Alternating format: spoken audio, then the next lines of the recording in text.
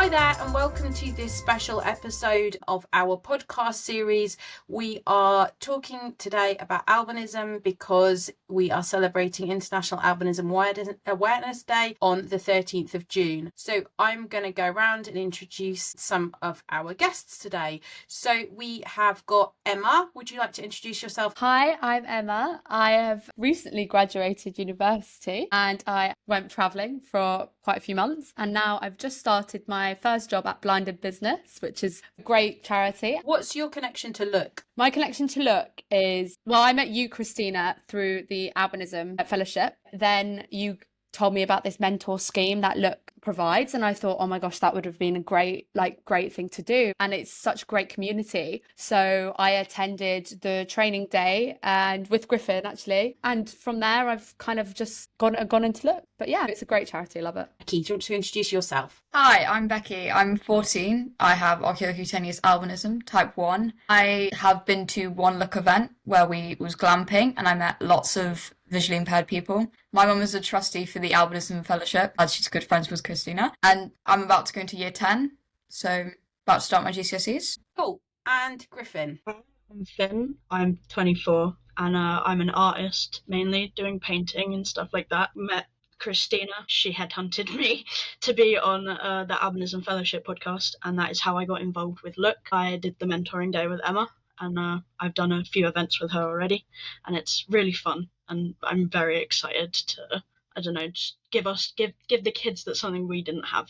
Let's start off by talking about some of those myths. So I think we can probably all say that we've encountered negativity surrounding albinism, and a lot of it comes from people's misconceptions about the condition. So who wants to start off with one of the kind of most bonkers things that someone has ever said to you and genuinely believes about your albinism? I think I've got one of, I grew up in South London, and every other question was, so are your parents black? And it's such a misconception that albinos and people with albinism only come from black parents. And I've lost count of the amount of times I've had to sit there and explain, like, no, my parents are white. I don't have black features and I don't look like a black albino. So yeah, my parents are white. It's crazy. Literally, so many people think it only happens to black people. And as we all know, albinism occurs in every single race across the world. But it's a massive misconception that unless you are black, you can't have albinism, and you're obviously just pale or Scandinavian or something like that. Yeah. I mean, I've got Scandinavian a lot. yeah. I get that a lot. I've experienced kind of like a mixture of it. I've had some quite ableist comments about how I was trying to explain to people that just because I am white and live in Britain does not mean I'm white British, because my mum is from Zimbabwe and has olive skin. And I've tried to explain to people that I'm not fully British, but they just assume that since I'm white that no one else can, which I think is a lot of a So you got the other end of the spectrum then. Yeah. Definitely. I with my nystagmus get quite a lot of myths, whether that be people thinking I'm intoxicated in the most random situations. So even in a I don't know, a lecture theatre or something, I had someone come up to me and be or thinking I'm a lot more intoxicated than I actually am. So we all some of us like to go out and stuff, and yeah, it leads to a few quite uncomfortable situations of having to explain my condition when I shouldn't really have to. Yeah. I've had that quite a lot, that myth of a shaking eyes means you've that's not normal, therefore you must have taken something or done something to make you look like that. Yeah, I find that a lot with doctors and head injuries, which is weird because it's the medical community, they don't understand. If you hit your even then, and they see the nystagmus, I mean, it gets you an appointment quicker, but it's not the point. You shouldn't have to explain it. So do you get when you go to A&E, do they always want to do a CT scan on you? Yeah, I've had that. They always rush, if it's a head injury, they always rush it just right, presenting with nystagmus. That's just my condition. Yeah. But have you ever had it when you go to an eye appointment and someone will say to you, could you just try and keep your eyes still, please? I have, yeah. I lose all respect for an eye care professional who tells me to keep my eyes still. Because I'm like, well, if you don't know that, then I don't trust you to take care of my eyes. Yeah. It's bonkers. Mm. But sometimes I feel like myths and misconceptions, the media like exacerbates it. So because Yeah. albinism is quite often really negatively represented, that's where it all comes from, and that can have like a massive impact on mental health if you're continually yeah. like faced with people's preconceptions and stuff. What do you guys think? Definitely. I think I faced that quite a lot with like people taking pictures of me in the past, and like you wouldn't take a picture of someone else who might have a different condition, but because of the presentation of like people with albinism in the media, whether that be in film or in, I don't know, in books or whatever, therefore people feel like it's okay to kind of make a bit of a spectacle out you. So like I've been sat on the tube and my little brother has albinism as well, and when we're together it's probably the worst, but people think, oh my god, like let's take a picture of them, and I'm like, well, how would you feel if I did that to you or your children? Like that's not okay. But apparently because you've got this condition, it kind of makes it a little bit more okay. I don't know. I have the exact same situation with my older sister, especially when we go to like on holiday. Yeah. The whole spectacle of, oh, you've seen these people. Yeah. I'm really lucky I have family that pointed it out, because obviously I wouldn't have been able to see it. But apparently there was like a group of people who kept like following us and like secretly taking pictures without our knowledge. It's like, it's not okay. Me and my sister, when we go out together, there's three of us. Me and Emma have albinism, and then my little brother Harry doesn't, and he absolutely hates it. Like genuinely, I've never seen him get as angry as when he is out with me and my sister. And literally, like, he keeps pointing it out. He's like, and they're looking, and they're looking.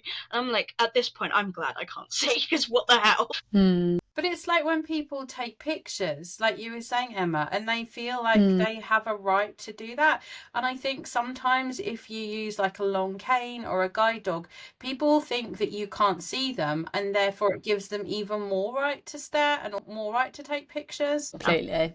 Definitely. And I found like walking around, people have actually shouted at me. Like this was quite a thing for a while actually, but like shouted the word albino at me before walking down the street. And like it's usually kids or very uneducated adults Or drunk people. or drunk people. Yeah, no, that's actually probably the main culprit if I'm being truthfully honest. But and they just think it's funny, but you wouldn't shout that at someone with a different disability, or you might, and some people would, but I feel like it does become a lot more frequent because of, like you say, the way albinism has been portrayed in the media, and it's this kind of almost sometimes a little bit like gothic, I don't know, in films and stuff. It's like ghostly and all of this. I don't really know how to describe it, but I get shouted. It's always portrayed a bit differently. I get vampires shouted at me quite a lot. Yeah. I just get Elsa. I've got Elsa. Yeah, I got Elsa a lot. All the time. See, I don't mind that too much. That's all right. No, I mean that's But yeah. I get Jack Frost quite a lot, which especially like I used to have really long hair, so it used to be Elsa, and my sister still gets Elsa, but I get Jack Frost now. Yeah, I got Elsa a lot. And it didn't help. My best friend at school had very auburn hair, so everyone used to just call us Elsa and Anna. Yeah. Have you ever had Dumbledore? No, I've had Gandalf the White though. Yeah, Gandalf I get quite a lot. Anytime there's any mention of like a ghost, it's just straight away all eyes turn to me and it's like, oh, okay. Yeah. And to be fair, sometimes I think I take it with a bit of like funny, like if it's your friends or whatever, like I'm just like, do you know what? Like it makes me a bit different, but I know sometimes it can like it points you out, but Elsa, Gandalf, Dumbledore, they're all quite cool characters. I mean, yeah. Yeah.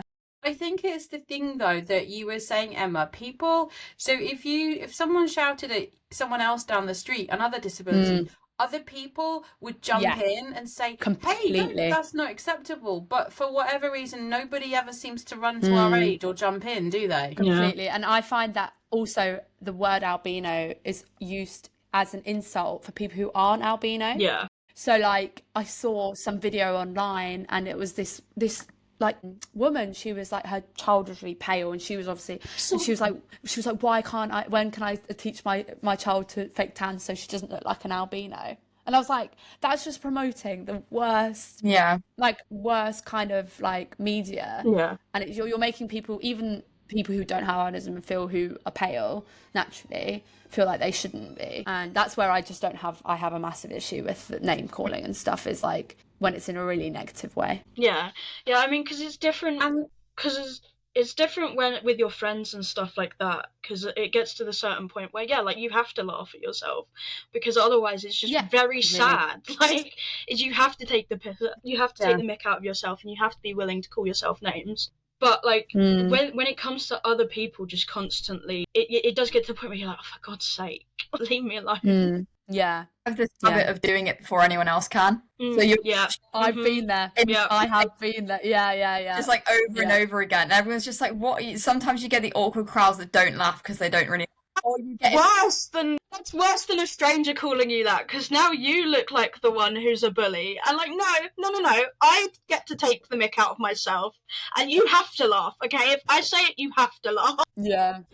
But it's taking ownership of it, isn't it, Becky? Yeah. That's why you do it, because it's like you own it and you can control it. Literally, yeah. And I also feel like it opens up the conversation to other people for asking questions, because I'm so open for questions, and that's a personal preference. Yeah. Do you know, like, same. I don't mind. Do you know, like, some people might not be, and that's actually so fine. But for me, these jokes almost allow people to ask questions and therefore gain more understanding. Yeah. So for instance, like if I make a bit of a joke about how I can't see the board, or my iPad's like being like run out of charge, and what am I going to do now? Like, people are a lot more likely to be like, those are like really bad examples, by the way, but people are a lot more likely to be like, oh, so how much can you actually see? Because I'm opening up the conversation. And I found that socially to be a lot easier than kind of not talking about it at all. I find that especially in like the younger school community, I always tend to do that, especially I mean, I mainly do it with my friends, but even if they want to ask questions as well, it's always better asking respectful questions than just assuming and making it into 100%. everyone who's asked me a question, thank you for asking the question first, and not just assume. So can I ask you guys, let's talk about, because kind of we've got to that kind of point about school. Becky, you are still at school, so what are your experiences in 2025 of being in education with albinism? And then Finn and Emma, what were your experiences? So if we start with Becky, what's your kind of experience of having albinism and being in education now? I think I'm very lucky, because in my school I have a very good team of like support who provide teaching assistants, and if there's anything that goes wrong, I mean, I've found a way of dealing with it myself. I used to always like drag my mum into it to sort it out. She likes to steamroll through everything.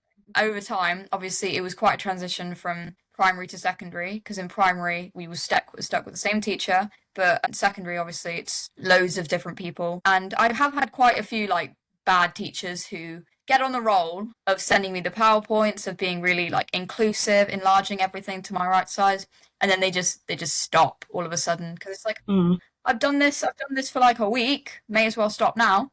It's like, I haven't stopped being visually impaired. But I'm quite lucky. I have a great community of friends as well who have a great understanding. In fact, the other day I was in a lesson, and before I could even say anything, they were handing around sheets. Before I could even say anything, three people of my friends both stood up and said, "Have you got Becky's version?" And the poor teacher, they were like they got so flustered, just like, they did have it. They just got harassed by 3 people. It was very nice. But yeah, it's been quite a contrast between having amazing teachers and then just teachers who need to be emailed very aggressively. Yeah. And what about you, Emma? What was school like for you? Like Becky said, like it was a massive variety of things. Like people, like I ended up leaving school with some great friends and knowing some great people, but along the way it wasn't always as easy, and I felt like, especially in my younger years, I felt like such a lack of confidence, and I think some of that still sits with me now, really. I mean, I am quite, like, as a person, very confident, but you know, being called, shouted stuff like this, like albino in the street, and like these, a lot of my peers like would have done this when I was younger. and just ask me really weird, uncomfortable questions about something that you just wouldn't even. But yeah, and in terms of teachers, I had like a somewhat okay experience. Like the school I went to, most of the time was very good, to be fair, and had really good time. But you do get teachers that just don't think, like they just don't, and I don't always blame them. I'm always like, do you know what, like if I didn't have much of an understanding of something else, maybe I'd struggle to too, but I don't think I would. I don't know. So yeah, like I think sometimes there was a lack of like empathy when I couldn't do something. Do you know what I mean? Like a bit of a lack of empathy and a bit of like a disregard. I was like, oh, like I've done this for you now, so you should be fine. It's like, no, like my knees don't just stretch over an A3 piece of paper. So you had to really, I guess for Becky as well, you had to self-advocate. That's a massive thing. Yeah. And to learn how Definitely. to do that is really hard as well, isn't it? Yeah. 100%. Finn, what was school like for you? So school was a very mixed bag for me. I left school in 2017, so I haven't stepped foot in an educational facility since then. I went from a very, very small primary school where there was only about 60 kids. There was only 6 of us in my entire year. And then I went to a secondary school, which, like, not absolutely huge, but still had around 2,000-3,000 pupils. It was more of the case of, like, Emma, I had a really difficult time of getting people to be consistent, and once I'd gotten a few years in and they thought they had the gist of me, kind of being able to see what I was about almost, they started thinking I was using a lot of it as an excuse, which is something I have such a problem with, because who the hell are you to assume you know what my disability is like, first of all? And second of all, why not listen to the person that has the disability? Just because they are a child doesn't mean they don't know their own brain, their own eyes, the way they work best. So yeah, there was a lot of good advocacy and of good people listened. My art teacher was incredible. Like, she wanted me in that classroom, so she was willing to do any adjustment that she needed to. But it was a lot of fighting to get people to listen to me and not what they assumed or what the stereotype was. When I first went into school, actually, and you kind of reminded me of this, Finn, kind of they thought I'd be quite like a bit stupid. So I was put a few maths sets lower than I should have been. And maths I've always kind of excelled in. I went to university to study engineering. Like I enjoyed it a lot. So and then when they realised, like, oh, she's actually quite capable, they had to quickly move me up quite a few sets in quite like a very like quick rush manner. And I felt like that was like the pre-assumption of the fact that you can't see, like you're severely sight impaired, legally blind, like therefore you're going to be a little bit stupider than the average person, which is completely wrong. Like, I cannot iterate that enough. We've had to actually like think outside the box our whole life, so therefore our brain has actually adapted probably to actually thinking of solutions that other people wouldn't. Yeah, I have. Do you think that's a perception that people have if you're severely sight impaired, that you're not quite right in the head? Yeah, I have the same issue right now. Well, especially with a lot of teaching assistants. I think there's 2 people in my entire school with a sensory disability and not a behaviour one. So I always get thrown into the crowd of, no, I can't listen, I can't. When actually, I think I said once, I'm pretty high up in all my sets. I think I was telling like a close teaching assistant about how I'm doing in set 1 maths, and I overheard another teaching assistant next to her go, "Are you really in set 1 maths?" And I was just like, oh, okay, this will be a conversation. But I find also a lot of like people, just genuinely kids my age, always ask me if I have the iPad, oh, why don't you just cheat? Why don't you just play games? I'm just like, do you not think I've gotten this far just by actually trying instead of cheating? Because I've noticed something that made me think of is especially in school, but I get this so much nowadays as well. A lot of people assume that you use it as an excuse. Like, I don't know about you guys, but that is the last thing from my mind when I think of my disability, is to use it as an excuse. And I'm like, just because you, given the same opportunities as me and put in the same situation, would choose to cheat or choose to do whatever with that iPad, doesn't mean I'm going to sit here and do it, because I've had every other ableist turn around and say, oh, like, you just use it as an excuse. So I get what you mean. It's very frustrating. I was actually told once by a boy in my class that having an iPad is a privilege and I should be grateful. And let's just say he did not leave that conversation with anything left to say because I Good for you. basically ranted at him. Yeah, good for you. I think he Too right. went the same color as me by the end of that conversation. Yeah. No, I think that's actually a really mad thing that people believe that these extra help that we get is a privilege and that we should be so happy to, like, how do you say, grateful. And of course, there's not one part of us that isn't grateful, but we are also entitled to it because we are so, like, if without it, we're on like it's not an equal playing field to everyone Absolutely, else. yeah. So as much as, I'm so grateful for everyone being so kind and understanding when they are, I feel like that should be the bare minimum in Yeah. certain situations. Do you know what I mean? And then that whole like thing where it's like you should be grateful, therefore makes you feel like a burden for asking for it. And it's just this whole vicious cycle of like, feeling guilty for asking for extra help or feeling guilty for just presenting as visually impaired. Yeah, like the bar is in hell, yet people still fail to meet that bar somehow. Like, I don't, yeah. It's not hard to be respectful and at least have a little bit of empathy. Yeah, I know a exactly. lot of the time for kids my age, it's a lack of like awareness, which is why International Awareness Day is so important. Oh, yeah. It's genuinely, I wouldn't say it's not a lack of confidence, but I wouldn't say I want posters everywhere about albinism because that's just going to draw more attention and more negativity. I would assume, as I tried that in primary school. But I mean, it would good for people to have some awareness instead of or Just a bit of representation is yeah. like, Yeah. please, please. Yeah. Oh, that is such a massive thing, is representation. And I think once you have representation in every sort of media, for instance, like I was talking to Christina about this on the Albinism podcast, but when I went traveling, I was terrified because I was like, I've never seen anyone that like has been traveling with albinism. I've never seen anyone that's got to Australia. Obviously there's people who've grown up there with albinism, but I was from England. I didn't know how to deal with the sun, or I didn't know how to do this and that. So I created not many, but a few videos online on TikTok.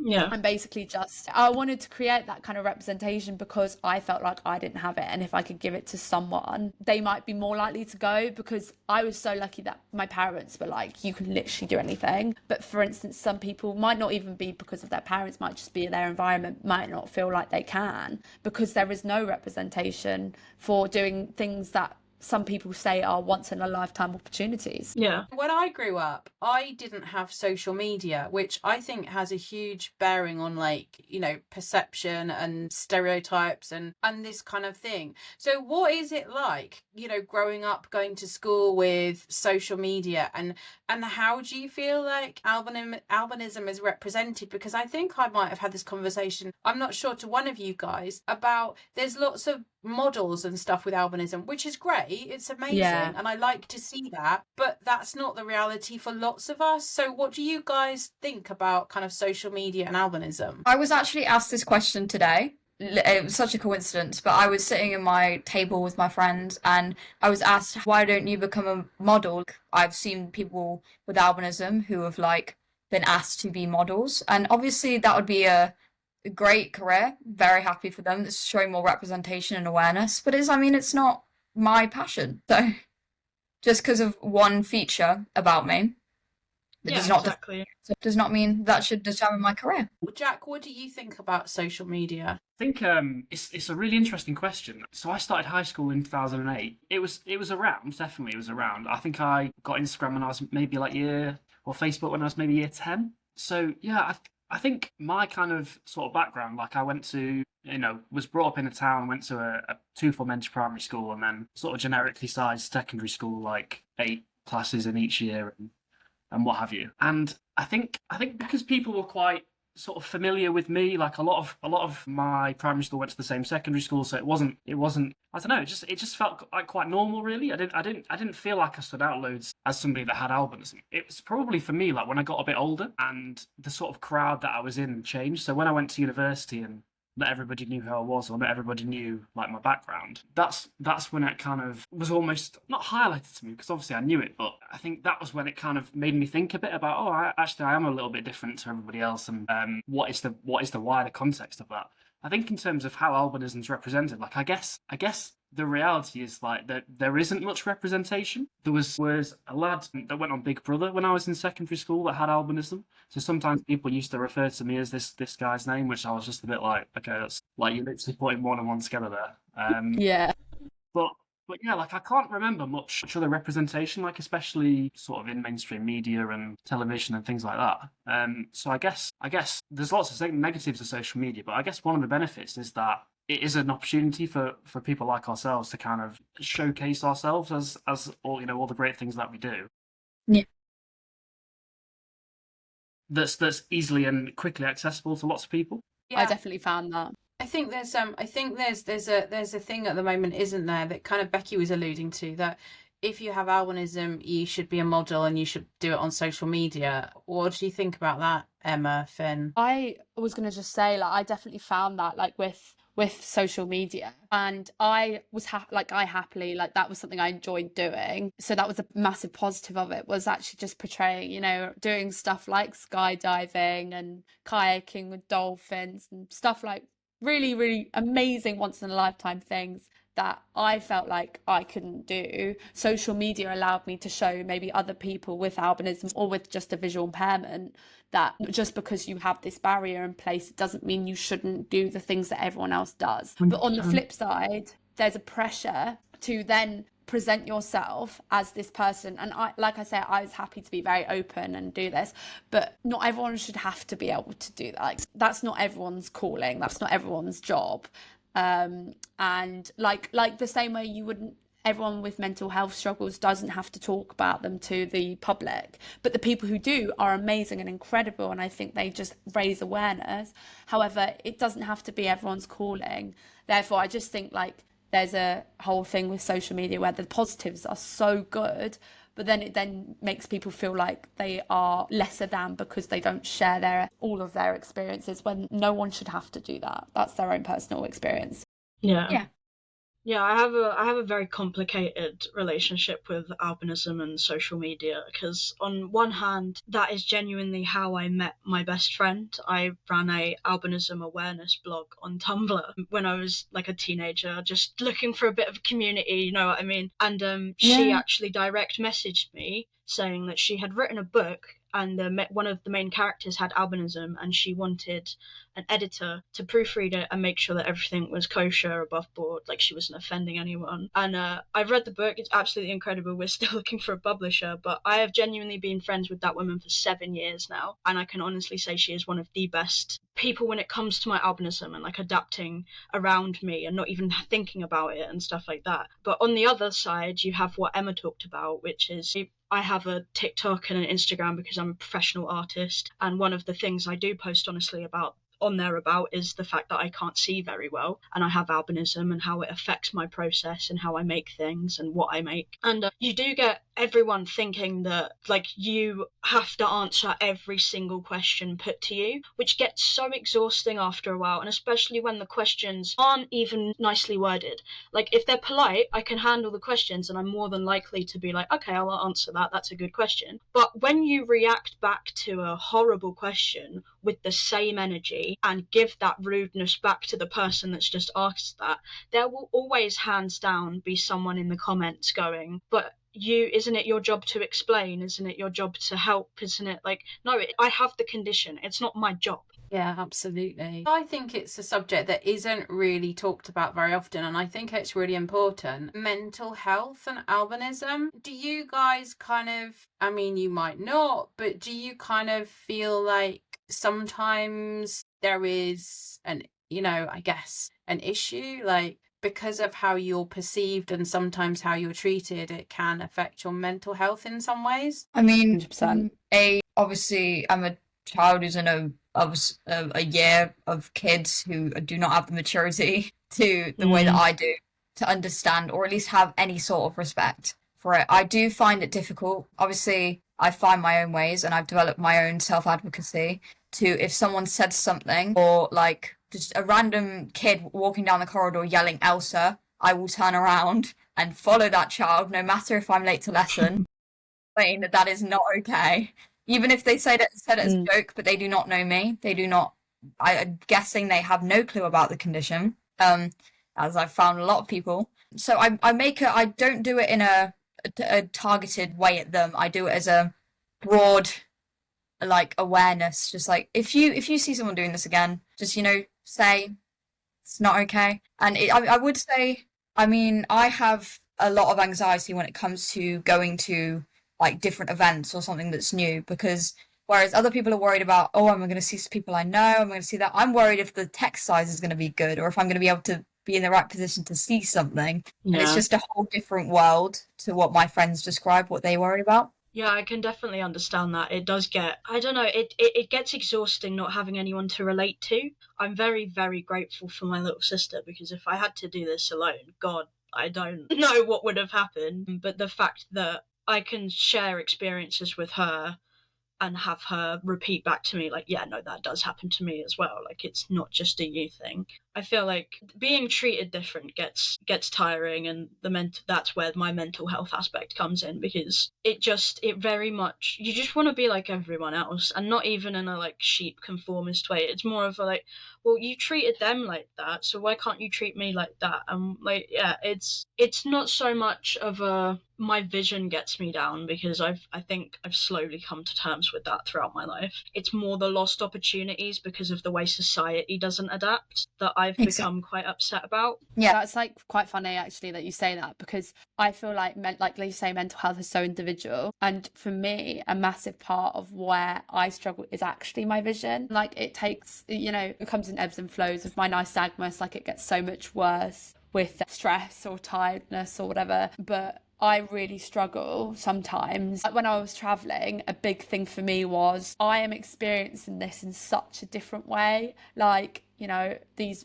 birds or these like things that everyone's seeing, I can't see them, or I can't see them in the same way. Now, a great way I looked at it, and to be fair, like, I think is like I could hear things, or I could probably feel things a lot more acutely because of the fact that I couldn't see my surroundings. But I also struggle like socially, where I was like the anxiety of like, am I missing a social cue, or have I walked past someone who I'd love to have said hi to, but I just couldn't because I couldn't see them. So like you say, like I think individually mental health and the way it affects us is so different. However, having a physical disability like albinism, I think, like Christina kind of said to begin with, it's just sometimes quite overlooked. You're on paper, you can't see, so everything else must be fine. But it just comes with so many other things. I completely agree. I think I have a contrast of both the social and the physical thing, especially, yeah.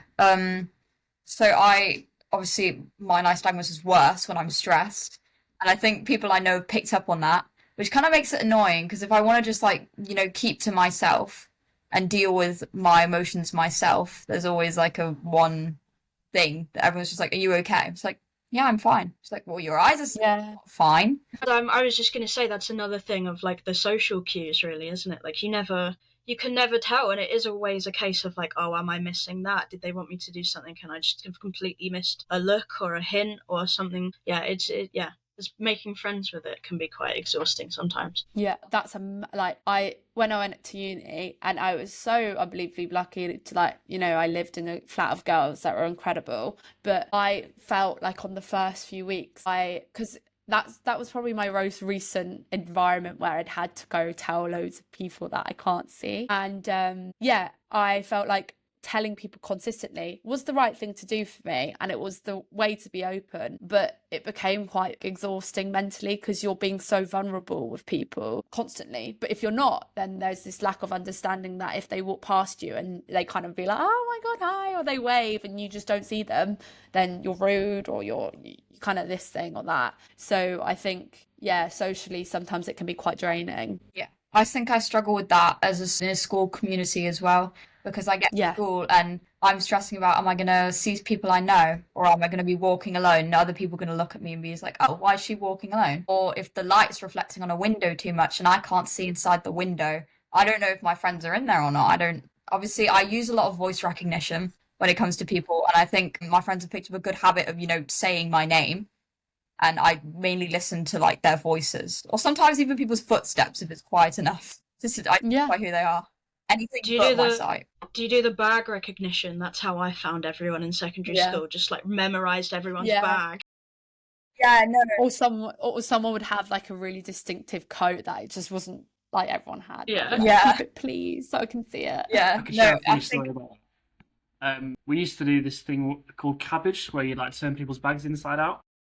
My mate had a very distinctive like blue and red bag, and I rocked up to the tennis courts one day and saw it in the corner, and I was like, right, he's getting it. And it wasn't his bag. There was another kid No. had the same bag, and I was like, I came back into the class and was like, like laughing, joking with him. And he was like, wasn't me, mate. I was like, that's a problem. I've done that so many times, approached the wrong people. Yeah. And so Yeah. with so much confidence as well. I'm Too like, much confidence. yeah, and I'm like, oh, that's the wrong people. But it's okay. Yeah, I mean, I Really interesting, like, despise. Sorry, If my go on, friends were to change bags, I don't know what I'd do. Gotten so used to it. It's really interesting, like a lot of the things mentioned, and I'd sort of say the same. It's like it's logistics of things. It's not necessarily like I'm going to a concert. I'm not worried about being in a room full of those people. It's the logistics of I'm meeting my friend. Like I'd always my strategy is like get there first. So if I'm meeting somebody at 7:00, I'll get there early so that I'm not going to walk past them because I'm there first and things like that. Obviously, with people that you're familiar with, like it's less of a it's less of an issue because you have a conversation. But I think for me, a lot of my strategies is like managing the logistics of things, especially in new settings or you go into a new place. That's where you need to kind of think about things like that more. Lately. But it's great that everyone kind of has these strategies that can like minimize that. And it's interesting as well. Like a lot of those things they're not specific to albinism. That's a consideration of being visually impaired. Yeah. I don't know. Is that an interesting question of like? No. Yeah. Is there anything sort of more specific to albinism than just a visual impairment in general? Yeah.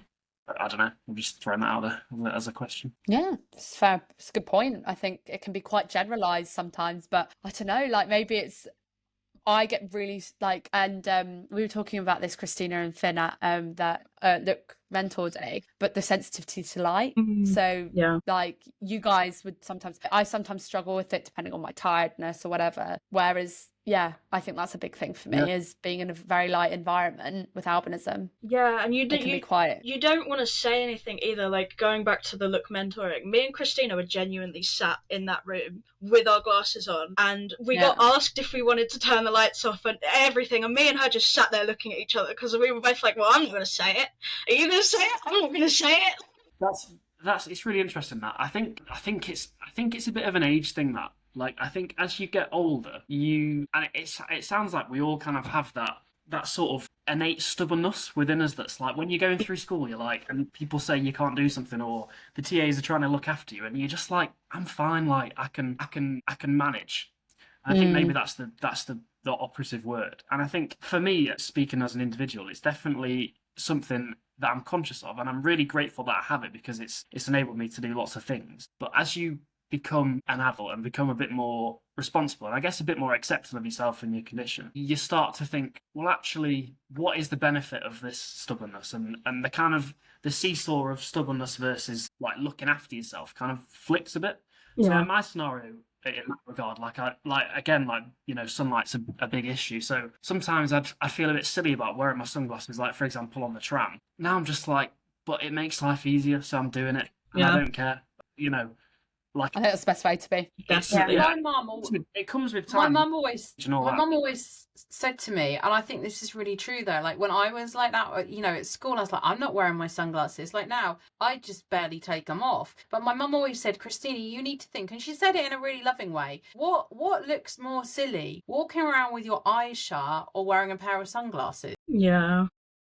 I have a real issue with, especially like teachers saying, oh, I know you're so hyper independent. I know you want to do everything by yourself. And then they assume that I won't like self-advocate, and they assume that they need to come to me, that I'm just shy and that I won't ask if I need something, which is quite frustrating because I think that's like quite patronizing. Yeah, Especially definitely. if it's a bright setting, they come to me, it's like, is it too bright? And I said, no, if it's too bright, I shall tell you. You need to, I think, more than trust and respect. I find, especially from adults, because I'm a child, they always assume that I'm not going to have the confidence to say. No, 100%. I think that's coming back to what I was saying about what I had in secondary school. If they just wouldn't listen to me, I was saying things and they were just not listening. It's kind of the same with you and how they just aren't listening to you say, yeah, it's fine. I got that a lot at university because I did a very male-dominated course, so I felt like there was the slight sexism in there as well, probably. And then everyone found out, I'm visually impaired, legally blind. The odd time, if I was really tired, like I'd bring a cane with me and stuff. And yeah, and then I kind of assumed everyone was like, do you need help this? Do you need help with that? And I'm like, I know everyone's asking out of the goodness of their heart. Usually they are genuinely just trying to be so genuinely nice. But it's this kind of assumption that if I don't ask, I can't ask kind of thing. It's not that I don't need to ask. Yeah, exactly. Yeah. I was going to go round and ask everybody one positive thing about having albinism. So, Jack, do you want to start off with one positive thing about having albinism? Yeah, sure. Again, my example might not be albinism specific here, but I'll think of a better one whilst everyone else is saying. But, being visually impaired, that's enabled me to do lots of things that perhaps I wouldn't have done if I wasn't. I am the captain of the England visually impaired rugby team, and as a consequence of that, we've been on lots of tours. So I've been to countries that I maybe wouldn't have gone to otherwise, like Japan, for example. So had really good life experiences. I think that's also put me into networks of people that I wouldn't have met were it not for my condition. So yeah, I'd say they're the main ones. It opens doors to different opportunities that you wouldn't necessarily expect. And also, I think now the kind of networking and the ability to meet people, the ability to have an impact on people, the ability to things that I've found difficult to younger people that can help them. I think that's really quite rewarding. So yeah, just a few there. Great. Finn? Yeah, I was going to say mine's not really albinism specific either, but I'd say probably the thing I love most about my albinism is the perspective it's given me. I'm an artist and I use, I'd say, what I can see a lot in what I do. So I create a lot of things in my head, but I also use the stuff I can see as inspiration. And I feel like because of my visual difficulties and the way the photophobia affects things and the fact that I have to stay out of bright lights or sunshine and stuff like that, I genuinely do see a lot more colour in the world and a lot more contrast in things. And I feel like that's not only helped me a lot with my career, but just in life in general.